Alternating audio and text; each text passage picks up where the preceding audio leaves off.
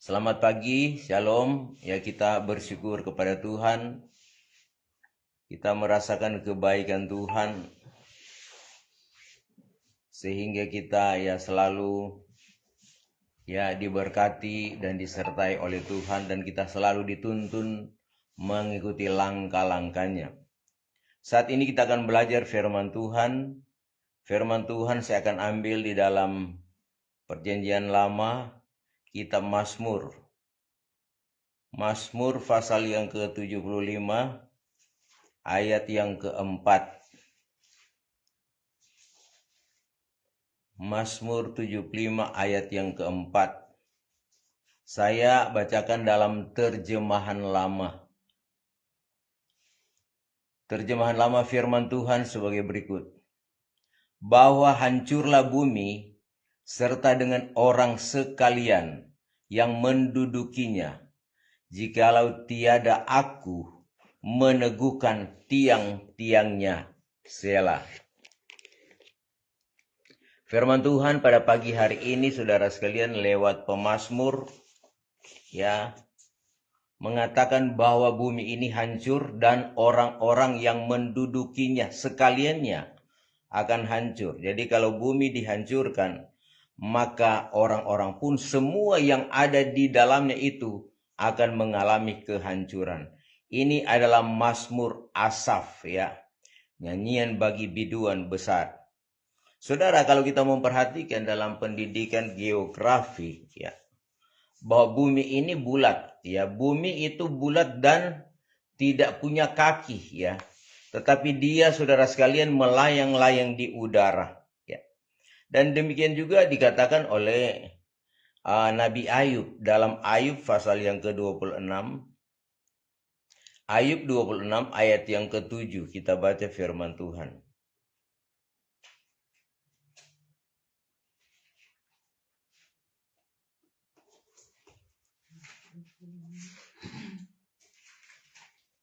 Bahwa dibentangkannya utara itu di atas tempat yang hampa, dan digantungkannya bumi ini kepada tiada sesuatu. Kalau dalam terjemahan baru dikatakan, Allah membentangkan utara di atas kekosongan dan menggantungkan bumi pada kehampaan. Itulah bumi yang bulat, saudara sekalian, kita perhatikan bahwa memang juga firman Tuhan mengatakan bahwa bumi bulat. Tetapi kata Rasul Paulus, mari barang yang rohani kita bandingkan dengan yang rohani. Sebab itu kita artikan secara rohani bahwa, saudara, bumi ini mempunyai tiang-tiangnya. Dan yang mengatakan ini adalah Tuhan, adalah Alkitab, Jadi saudara, kalau Alkitab mengatakan tak dapat tiada, itu benar, tidak dapat disalahkan, karena langit dan bumi diciptakan oleh Tuhan lewat firman Tuhan, Jadi semuanya dalam kontrol firman Tuhan. Cuma kadangkala, saudara sekalian, kehidupan kita tidak dapat memahami segala maksud Tuhan di dalam dunia ini. Kata pengkhotbah, kita manusia sangat terbatas, tetapi Tuhan tidak terbatas. Oleh sebab itu, saudara, kalau firman Tuhan katakan bahwa bumi akan hancur kalau Tuhan tidak teguhkan tiang-tiangnya, ini, saudara sekalian, menandakan bahwa ada maksud Tuhan di dalam kehidupan kita, saudara.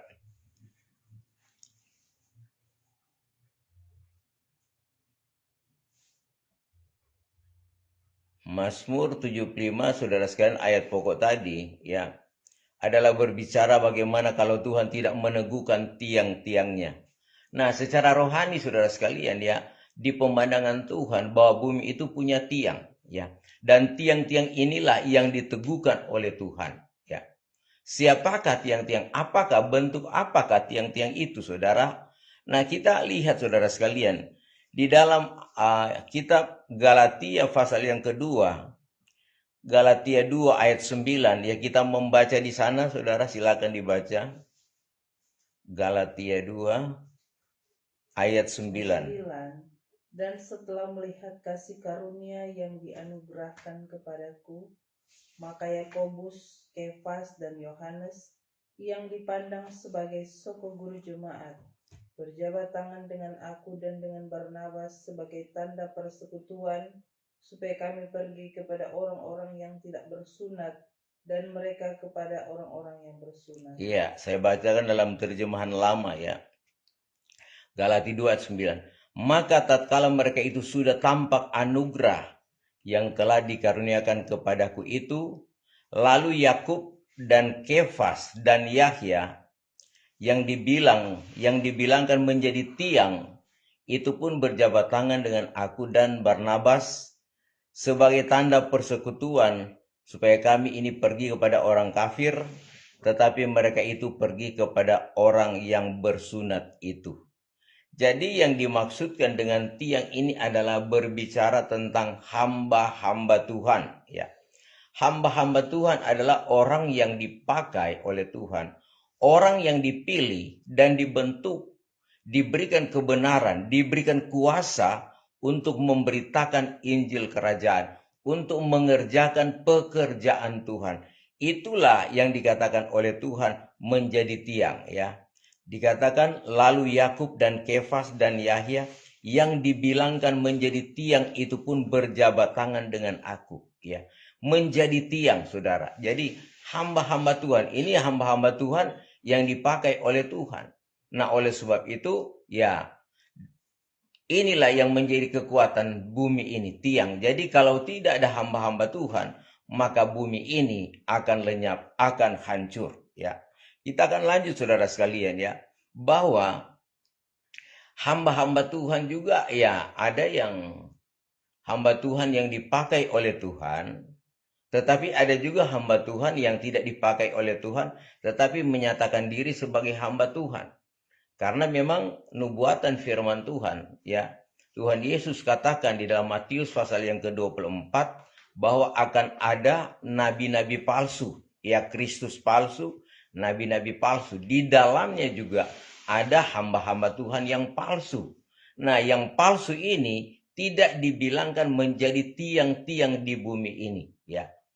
Nah, oleh sebab itu hanya orang-orang yang dipanggil, dipilih, ditetapkan, diberikan kuasa, ya, diungkapkan rahasia kebenaran firman Tuhan dan dilengkapi dengan Roh Kudus, ya, sehingga mereka menjadi tiang-tiang Tuhan, sehingga mereka itu dipakai oleh Tuhan untuk memberitakan Injil Kerajaan, ya.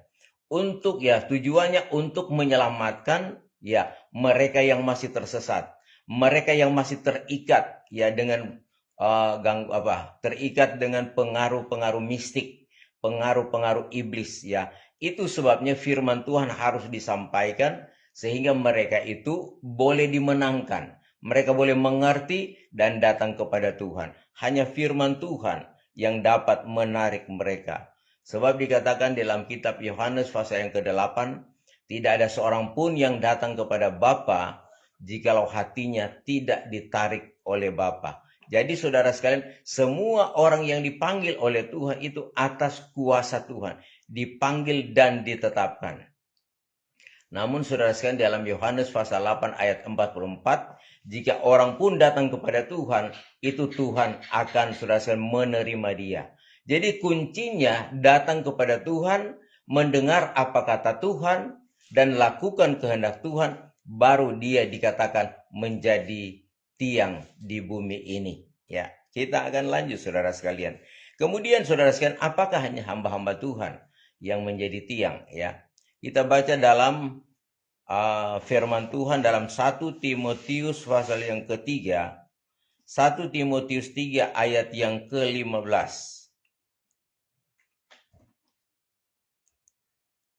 Ayat 15. Jadi jika aku terlambat, sudahlah engkau tahu bagaimana orang harus hidup sebagai keluarga Allah, yakni jemaat dari Allah yang hidup, tiang penopang dan dasar kebenaran. Iya, sama itu terjemahan lama dan terjemahan baru ya. Tetapi jikalau aku terlambat, maka dapatlah engkau mengetahui bagaimana orang patut melakukan dirinya di dalam rumah Allah, yaitu sidang Allah yang hidup, suatu tiang dan alas dari hal yang benar. Jadi Yang kedua, tiang itu juga adalah berbicara tentang sidang jemaat. Ya, sidang jemaat ini adalah merupakan tiang Tuhan, tiang Tuhan di tengah-tengah dunia ini untuk mengokohkan bumi ini tetap berdiri. Ya, karena ada juga ya jemaat iblis dalam kitab Wahyu, ya saudara sekalian, dikatakan ada jemaat iblis. Artinya ada jemaat juga yang tidak berkenan kepada Tuhan, namun mereka menyatakan diri sebagai tiang. Jadi saudara sekalian, jemaat-jemaat ya yang digembalakan oleh hamba-hamba Tuhan, hamba-hamba Tuhan yang dipilih oleh Tuhan, yang benar, yang menerima kuasa disertai dengan karunia-karunia Roh Kudus, maka mereka akan memimpin sidang jemaat, mengenal Tuhan, mendengar firman Tuhan, bahkan menerima kuasa Roh Kudus, ya, sehingga mereka dikatakan jemaat yang benar, ya. Di dalam kitab Wahyu pasal yang kedua dan ayat Wahyu pasal 2 dan pasal 3 itu dikatakan ada 7 sidang jemaat yang diperhatikan oleh Tuhan, ya. Jemaat-jemaat itu saudara sekalian adalah jemaat Efesus, ya, jemaat. Ya, mari kita baca saudara di dalam kitab Wahyu pasal 1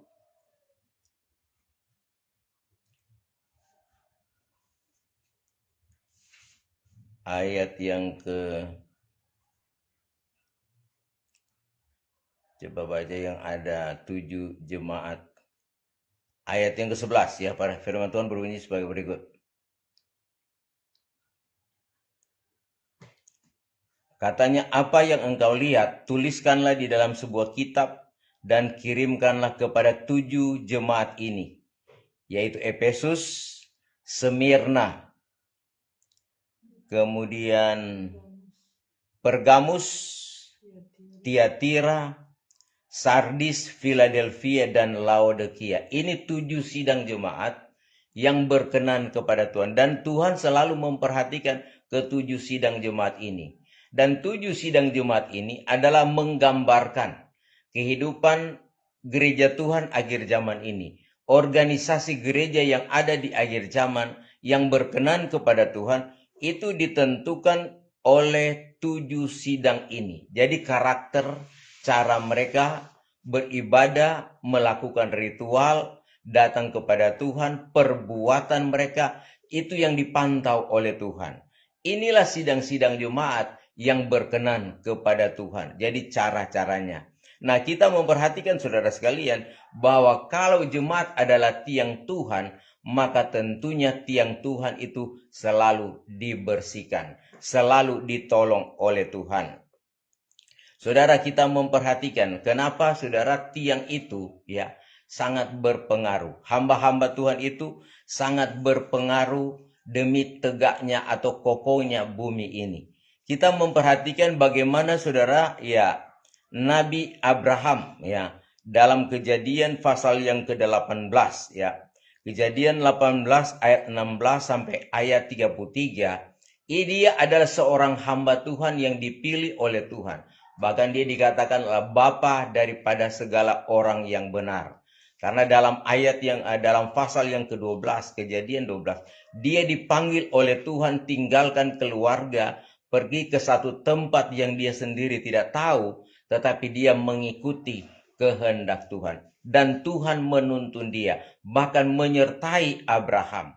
Sehingga Abraham menjadi orang pilihan Tuhan, menjadi hamba Tuhan untuk melakukan kehendak Tuhan. Ya, kalau kita memperhatikan bagaimana Abraham ya sebagai hamba Tuhan tawar menawar dengan Tuhan ya agar supaya kota Sodom dan Gomora itu tidak dihancurkan ya.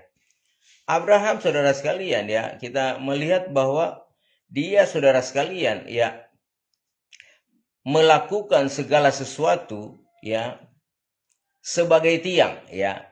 Ini kalau kita membaca dalam doa syafaat ya. Dalam Kejadian 18 ayat 16 kita membaca firman Tuhan. Lalu berangkatlah orang-orang itu dari situ dan memandang ke arah Sodom, dan Abraham berjalan bersama-sama dengan mereka untuk mengantarkan mereka. Berpikirlah Tuhan, apakah aku akan menyembunyikan kepada Abraham apa yang hendak kulakukan? Bukankah sesungguhnya Abraham akan menjadi bangsa yang besar serta berkuasa, dan oleh dia segala bangsa di atas bumi akan mendapat berkat? Sebab aku telah memilih dia supaya diperintahkannya kepada anak-anaknya dan kepada keturunannya, supaya tetap hidup menurut jalan yang ditunjukkan Tuhan dengan melakukan kebenaran dan keadilan, dan supaya Tuhan memenuhi kepada Abraham apa yang dijanjikannya kepadanya. Ayat 20, sesudah itu berfirmanlah Tuhan, sesungguhnya banyak keluh kesah orang tentang Sodom dan Gomora, dan sesungguhnya sangat berat dosanya. Baiklah aku turun melihat, apakah benar-benar mereka telah melakukan seperti keluh kesah orang yang telah sampai kepadaku atau tidak. Aku hendak mengetahuinya. Ayat 22, lalu berpalinglah orang-orang itu dari situ dan berjalan ke Sodom. Tetapi Abraham masih tetap berdiri di hadapan Tuhan. Abraham datang mendekat dan berkata, apakah engkau akan melenyapkan orang benar bersama-sama dengan orang fasik? Ini kata Abraham kepada Tuhan. Ayat 24, bagaimana sekiranya ada 50 orang benar dalam kota itu? Apakah engkau akan melenyapkan tempat itu? Dan tidakkah engkau mengampuni karena ke-50 orang benar yang ada di dalamnya itu? Ayat 25, jauhlah kiranya daripadamu untuk berbuat demikian, membunuh orang benar bersama-sama dengan orang fasik, sehingga orang benar itu seolah-olah sama dengan orang fasik. Jauhlah kiranya yang demikian daripadamu. Masakan hakim segenap bumi tidak menghukum dengan adil? Ayat 26, Tuhan berfirman, jika kudapati 50 orang benar dalam kota Sodom, aku akan mengampuni seluruh tempat itu karena mereka. Jadi ini tawar-menawar Abraham dengan Tuhan. Ya, Abraham katakan, apakah kalau masih ada 50 orang yang benar di kota Sodom, Tuhan akan memusnahkan, menghancurkan. Tuhan katakan, Tuhan tidak akan memusnahkan kota Sodom kalau masih ada 50 orang yang benar. Ayat 27, Abraham menyaut, sesungguhnya aku telah memberanikan diri berkata kepada Tuhan, walaupun aku debu dan abu, sekiranya kurang 5 orang dari ke-50 orang benar itu, apakah engkau akan memusnahkan seluruh kota itu karena yang 5 itu? Firman-Nya, aku tidak memusnahkan jikalau kudapati 45 di sana. Ayat 29, lagi Abraham melanjutkan perkataannya kepadanya, sekiranya 40 didapati di sana, firman-Nya, aku tidak akan berbuat demikian karena 40 itu. Katanya, janganlah kiranya Tuhan murka kalau aku berkata sekali lagi, sekiranya 30 didapati di sana, firman-Nya, aku tidak akan berbuat demikian jika kudapati 30 orang yang benar di sana.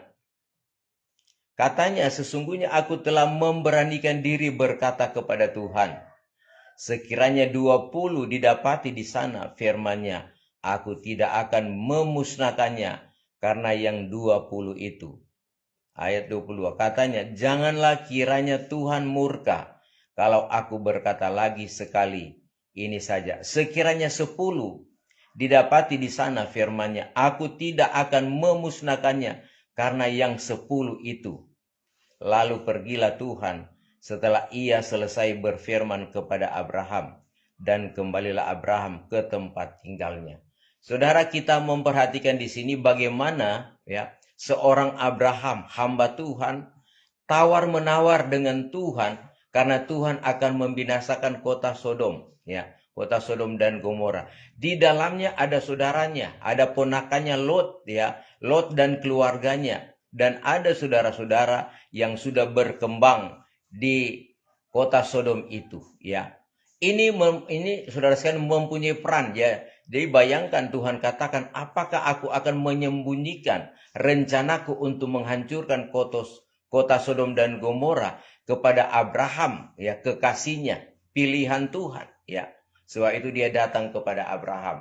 Nah, luar biasanya di sini, saudara, seorang hamba Tuhan yang dipakai oleh Tuhan, dia bisa mengadukan kota Sodom supaya jangan dibinasakan, ya.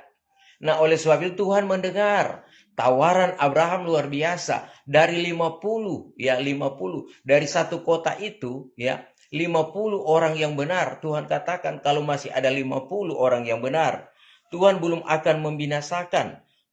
Abraham lagi tawar, mungkin di sana ada 45. Sampai saudara sekalian dia 40, sampai 30, 20, sampai tawaran yang ke-10, ya. Tuhan masih mendengar.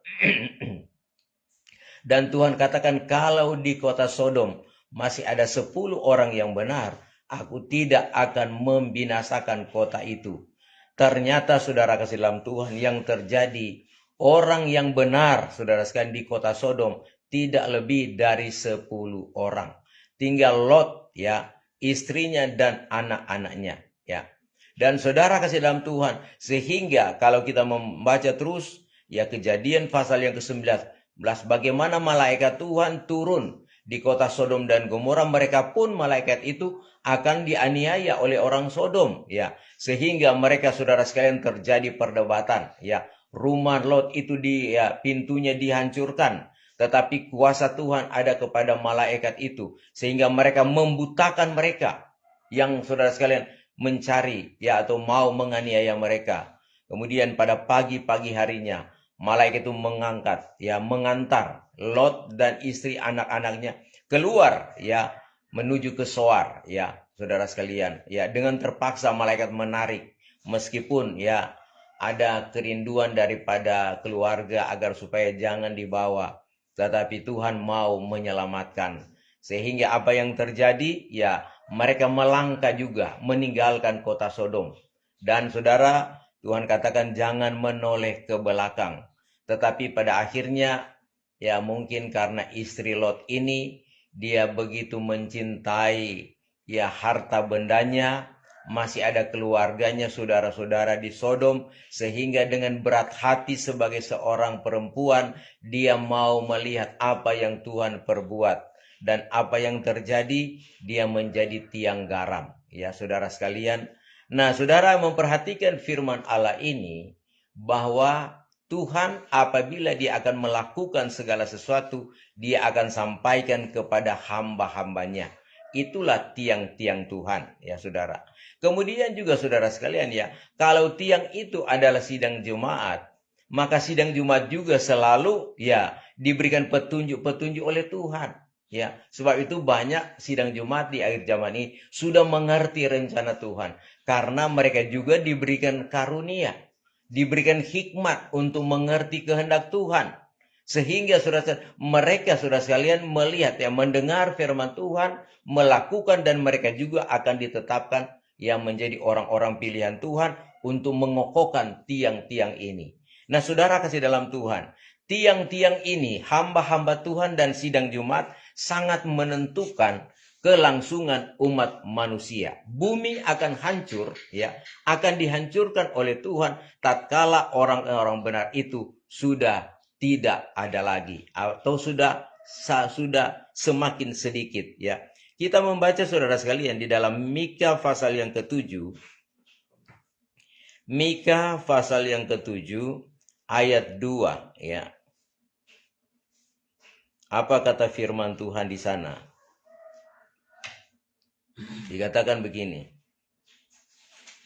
Orang saleh sudah hilang dari negeri, dan tiada lagi orang jujur di antara manusia. Mereka semuanya mengincar darah, yang seorang mencoba menangkap yang lain dengan jaring. Ya, ayat 3. Tangan mereka sudah cekatan berbuat jahat. Pemuka menuntut hakim dapat disuap, pembesar memberi putusan sekehendaknya, dan hukum mereka putar balikan. Ya saudara, ini saudara nubuatan Nabi Mika yang akan berlaku di akhir zaman ini. Saudara bisa dibayangkan, Alkitab mengatakan bahwa orang saleh sudah hilang dari negeri. Orang saleh itu adalah saudara sekalian, orang yang takut akan Tuhan, ya. Orang yang setia kepada Tuhan, melakukan kehendak Tuhan, orang tulus, orang jujur, ya, menjauhkan diri dari kejahatan. Seperti Nabi Ayub, saudara sekalian. Kesalehan Ayub, saudara sekalian, sangat berkenan kepada Tuhan, sehingga dia dijaga, dipelihara, meskipun dia mengalami pencobaan daripada Tuhan. Orang saleh sudah hilang dalam negeri, dan tidak ada lagi orang jujur di antara manusia, ya. Kejujuran itu sudah hilang. Nah, memang saudara, di hari-hari ini kita melihat juga kehidupan umat manusia, saudara sekalian, semua hidup dalam dosa, melakukan berbagai-bagai kejahatan, menyakiti hati sesama, bahkan menyakiti hati Tuhan. Tidak ada orang yang jujur, orang-orang yang tulus, ya. Nah, oleh sebab itu saudara kasih dalam Tuhan, dunia semakin menuju kepada kebinasaan. Kita memperhatikan saudara, bahwa bagaimana Tuhan menghancurkan atau saudara sekalian membunuh orang-orang yang berbuat dosa, ya. Di dalam saudara sekalian perjanjian lama juga kita ingat bagaimana Nabi Nuh. Nabi Nuh, saudara kasih dalam Tuhan, dalam Kejadian pasal yang ke-6, ya, ayat yang ke-9, ya. Dia disuruh oleh Tuhan, ya, karena Nuh itu orang yang benar, berkenan kepada Tuhan, bikin bahtera, kemudian masuk dalam bahtera. Tuhan mau menyelamatkan, karena kejahatan juga di zaman itu luar biasa. Ya, dosa semakin bertambah-tambah, perbuatan jahat semakin bertambah-tambah. Tetapi Tuhan menyelamatkan Nuh. Ini saudara sekalian, ya, hanya orang benar yang diselamatkan oleh Tuhan. Jadi saudara kasih dalam Tuhan, kehidupan saya dan saudara di hari-hari ini, ya tentunya kita belajar kepada firman Tuhan, ya. Dan saudara sekalian, kita baca Kejadian pasal 7 ayat 1, baca.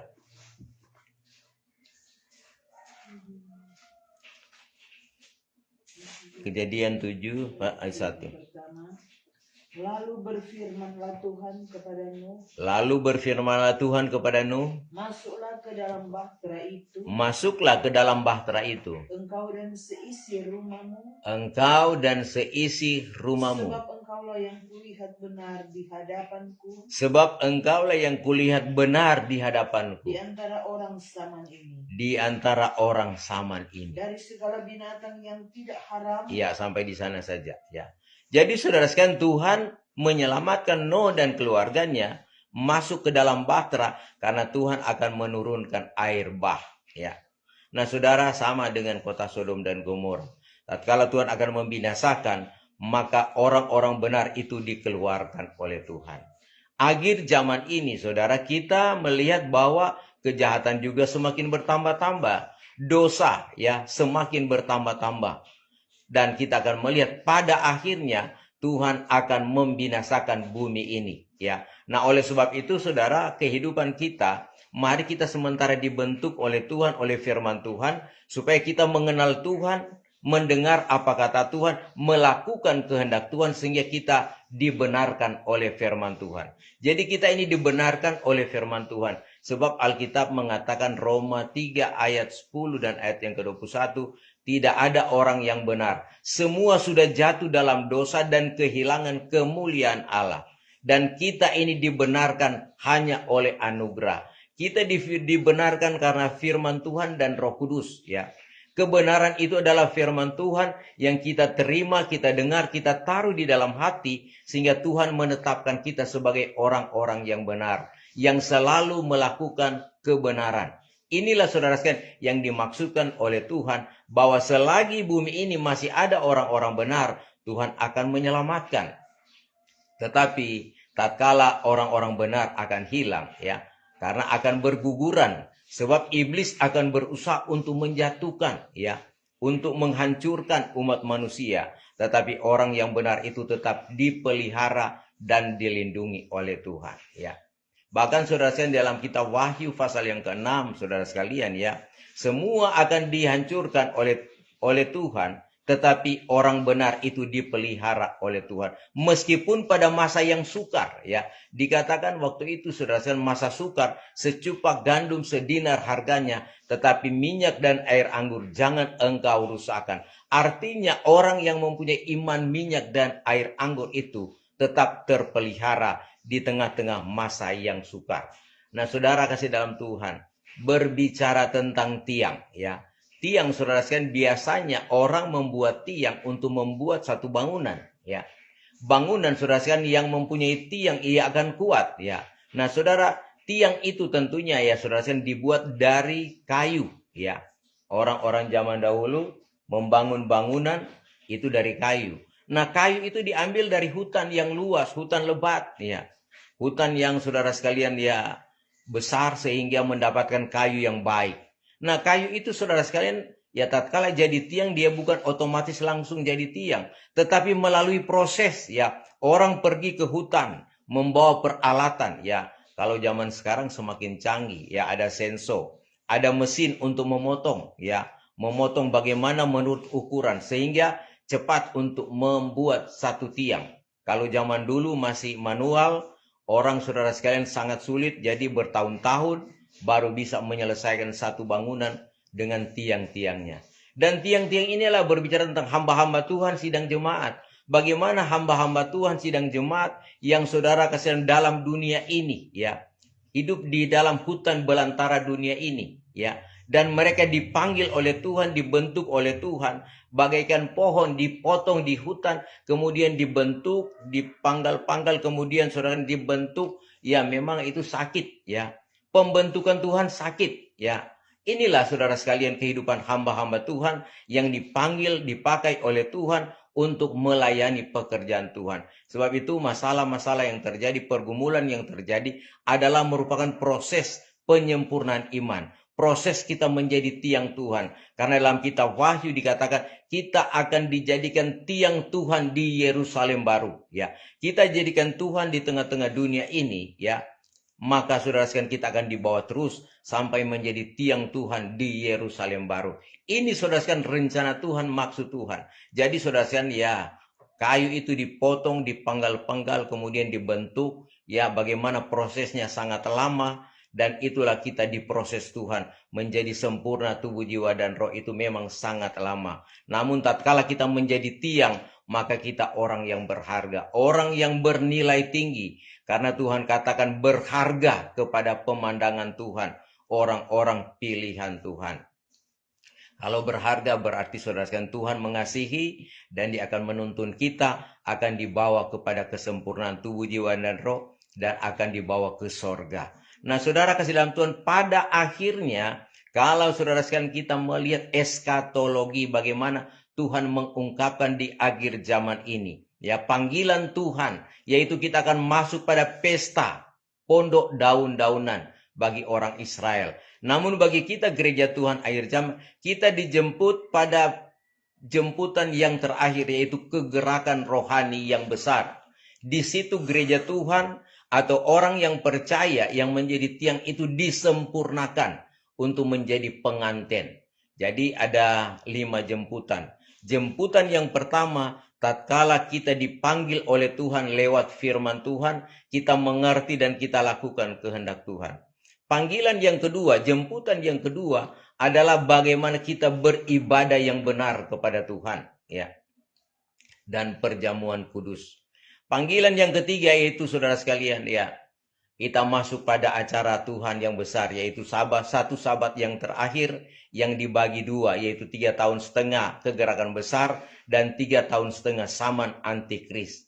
Di dalam kegerakan besar inilah iman kita diuji dan iman kita diproses menjadi sempurna tubuh, jiwa, dan roh. Kalau kita tidak menjadi sempurna atau tidak jadi dewasa, maka kita akan dianiaya oleh antikris. Dan kalau kita disempurnakan jadi dewasa, kita akan menikah dengan Tuhan.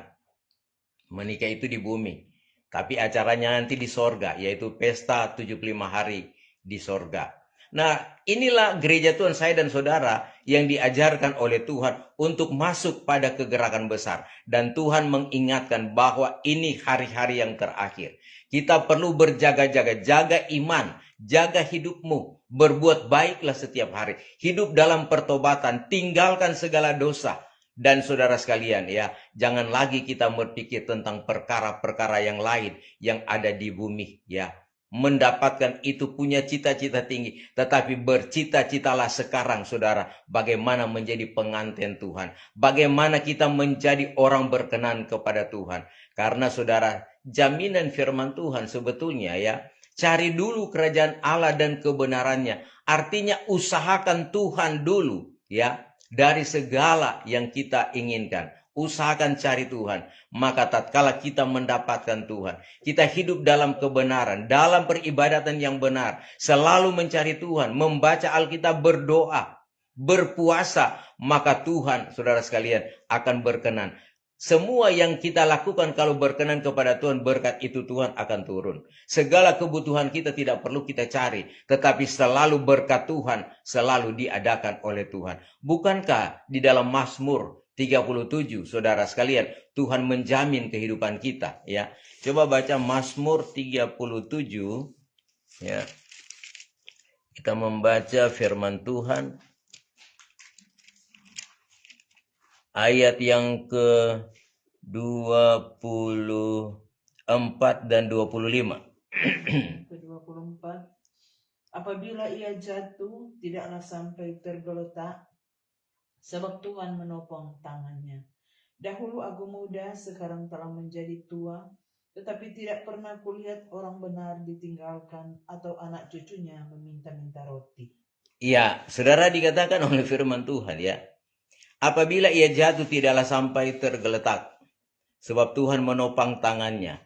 Ayat 25, dahulu aku muda, sekarang telah menjadi tua, tidak pernah kulihat orang benar ditinggalkan atau anak cucunya meminta-minta roti. Ayat 26, tiap hari ia menaruh belas kasihan dan memberi pinjaman, dan anak cucunya menjadi berkat. Ini saudara sekalian bagi orang benar.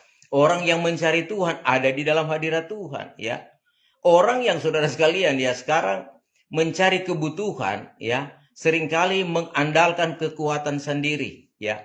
Karena saudara sekalian ya, dia terbatas ya.